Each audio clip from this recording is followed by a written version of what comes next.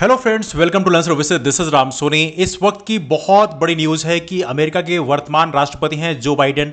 इन्होंने फैसला किया है कि अगला राष्ट्रपति चुनाव जो कि नवंबर 2024 में होगा उसमें पार्टिसिपेट नहीं करेंगे और अपनी जगह सपोर्ट करेंगे कमला हैरिस को। देखिए, कमला हैरिस वर्तमान में अमेरिका की उपराष्ट्रपति हैं और सबसे महत्वपूर्ण इंफॉर्मेशन ये भी है कि ये है भारतीय मूल की। देखिए, अमेरिका में चुनाव कैसे होते हैं इसके बारे में डिस्कस करेंगे और साथ में ये भी जानेंगे कि अमेरिका में राष्ट्रपति चुनाव के लिए क्या क्या कंडीशंस हैं। लेकिन इससे पहले न्यूज़पेपर ने दिखाया है Biden drops out of re-election battle with Trump, endorses Kamala Harris. तो यहां पे काफी इंटरेस्टिंग होगा कि ये जो बैटल है, ये चुनाव जो होगा, ये कमला हैरिस वर्सेस डोनाल्ड ट्रंप होने जा रहा है। देखिए, ये काफी महत्वपूर्ण न्यूज और भी है आपके लिए कि देखिए, पहली बार कोई भारतीय मूल का जो है वो अमेरिका में राष्ट्रपति बन सकता है। ये अपने आप में काफी महत्वपूर्ण और इंटरेस्टिंग है। Now look at this one. यहां पे पहली बात तो पता होना चाहिए, अमेरिका में यदि राष्ट्रपति आप बनना चाहते हैं तो उसके लिए कंडीशंस हैं। पहली कंडीशन यह है कि आपका जन्म अमेरिका में ही होना चाहिए। मतलब आप अमेरिका के नागरिक तो होने ही चाहिए, सिटीजन होने चाहिए, लेकिन साथ में आपका जो बोर्न है, आपका जन्म अमेरिका में ही होना चाहिए। जैसे आप भारत की बात करें, भारत में यह होता है कि आप भारत के नागरिक हैं, कैसे भी आपने नागरिकता पाई हो, आप भारत के राष्ट्रपति का चुनाव लड़ सकते हैं। आप इवेंटली भारत का प्रधानमंत्री बन सकते हैं, भले आपका जन्म भारत में ना हुआ हो। लेकिन अमेरिका में ऐसा नहीं होता। अमेरिका में यदि आप अमेरिका के राष्ट्रपति बनना चाहते हैं तो उसके लिए कंडीशन है कि आप वहां के नागरिक तो होने ही चाहिए, लेकिन साथ में आपका जन्म भी अमेरिका में ही हुआ होना चाहिए। सेकेंड कंडीशन वहां पे यह है कि अमेरिका में कोई भी सिर्फ 2 बार मैक्सिमम राष्ट्रपति बन सकता है। यहां पे आपको समझना है 2 बार का मैक्सिमम कार्यकाल आपको मिलेगा। मतलब कुल मिला के यह है कि अमेरिका में एक बार राष्ट्रपति बनने में कार्यकाल मिलता है 4 साल का। कितना? 4 साल का। तो आप मैक्सिमम 8 साल के लिए ही राष्ट्रपति बन सकते हैं।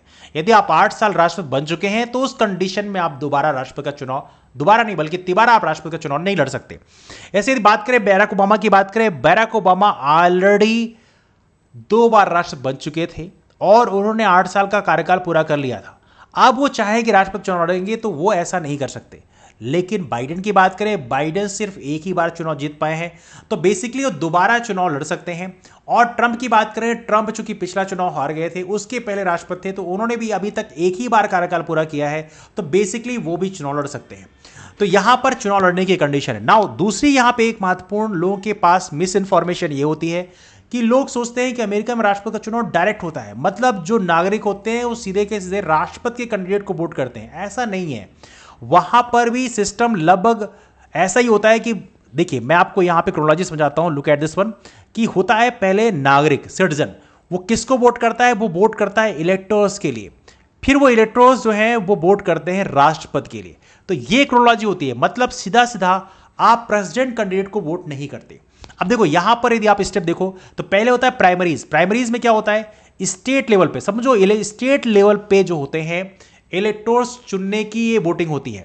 तो प्राइमरीज में क्या होता है कि यहां पर देखो, वैसे तो पूरे देश में आम चुनाव जब होंगे तब इलेक्टोर्स चुने जाएंगे, लेकिन पार्टी के अंदर इलेक्टोर्स के लिए कैंडिडेट चुने आते हैं। ठीक है? ऐसे मान लो, सपोज करें किसी भी स्टेट में, जैसे मध्य प्रदेश की बात करो तो मध्य प्रदेश में 29 लोकसभा के मेंबर चुने आते हैं, तो हर एक पार्टी अपना कैंडिडेट खड़ा करती है। वैसे ही यहां पर ऐसा होता है कि प्राइमरीज में हर एक पार्टी स्टेट लेवल पे कौन कैंडिडेट बनेगा इसके लिए चुनाव होता है। जैसे हमारे यहां ऐसा नहीं होता। हमारे यहां पार्टी सुप्रीमो ने जो डिसाइड किया कि इसको टिकट मिलेगी उसी को मिल जाती है, लेकिन वहां ऐसा नहीं होता। वहां पे जो इलेक्टोर्स होते हैं उनका प्रॉपर तरीके से पार्टी के अंदर चुनाव होता है। वो जब चुन जाते हैं तो फिर होता है नेशनल कन्वेंशन। मतलब नेशन वाइड वो वोट करते हैं किसको प्रेसिडेंट के लिए हम बनाएंगे। तो फिर प्रेसिडेंट का नॉमिनी चुना आता है, और जब प्रेसिडेंट का नॉमिनी पार्टी के अंदर चुन लिया आता है तो वो किसी को वाइस प्रेसिडेंट नॉमिनेट करता है। मतलब बोलता है कि ये हमारा वाइस प्रेसिडेंट का नॉमिनी होगा। फिर दोनों पूरे नेशन वाइड कैंपेनिंग करते हैं। तो ये हो गया तीसरा स्टेज। जब जनरल इलेक्शन कैंपेन होंगे, पूरे नेशन वाइड डिबेट डिस्कशन होंगे, फिर होगा जनरल इलेक्शन। अब देखो, जनरल इलेक्शन जो होते हैं यहां पर याद रखिएगा, जो नागरिक वोट करते हैं, सिटीजन्स वोट करते हैं, वो किसको वोट करते हैं, किसके लिए वोट करते हैं? इलेक्टोर्स के लिए। मतलब इलेक्टोर्स चुने आते हैं। अब यूएस में देखें तो हर एक स्टेट को मिलाकर वहां पर कुल 531 इलेक्टोर्स होते हैं। यह आपको समझना जरूरी है। वहां पर कुल 531 इलेक्टोर्स होते हैं। इनका चुनाव पूरे देश में होता है। मतलब हर एक स्टेट के लिए सीटें आवंटित होती हैं और इनका चुनाव होता है। जब ये चुनाव हो जाता है तो फिर ये प्रॉपर तरीके से एक राष्ट्रपति का चुनाव करते हैं, मतलब राष्ट्रपति के लिए वोट करते हैं। अब जो जिस पार्टी को जहां पे ज्यादा इलेक्टर्स मिलते हैं तो ऑब्वियसली तो उस पार्टी की चुनाव जीतने की संभावना ज्यादा होती है। तो फिर यहां पे अगला स्टेज होता है मीटिंग ऑफ द इलेक्टर्स, मतलब ये इलेक्टर्स प्रॉपर तरीके से मीट करते हैं और यहां पर राष्ट्रपति और उपराष्ट्रपति के लिए वोटिंग करते हैं और फिर वो जो सीनेट के प्रेसिडेंट होते हैं उनको वो वोट भेज दिए जाते हैं। फिर उसकी काउंटिंग होती है प्रॉपर तरीके से।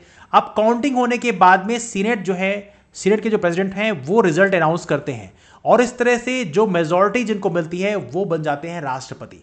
तो इस तरह से वहां पर सीधा सीधा राष्ट्रपति के लिए चुनाव नहीं होता, वहां पर भी प्रॉपर तरीके से इलेक्टर्स चुने आते हैं राज्य लेवल पे, फिर वो इलेक्टर्स प्रॉपर तरीके से वोट करते हैं राष्ट्रपति के लिए। तो इस तरह से वहां पर ये प्रोसेस फॉलो किया जाता है और जब राष्ट्रपति बन जाते हैं तो फिर होता है इनॉग्रेशन, मतलब प्रेसिडेंट इलेक्ट और वाइस प्रेसिडेंट इलेक्ट जो है ये शपथ लेते हैं, स्वार लेते हैं, अपने पद की गोपनीयता की शपथ लेते हैं। तो ये प्रॉपर तरीके से वहां पे प्रोसेस होता है।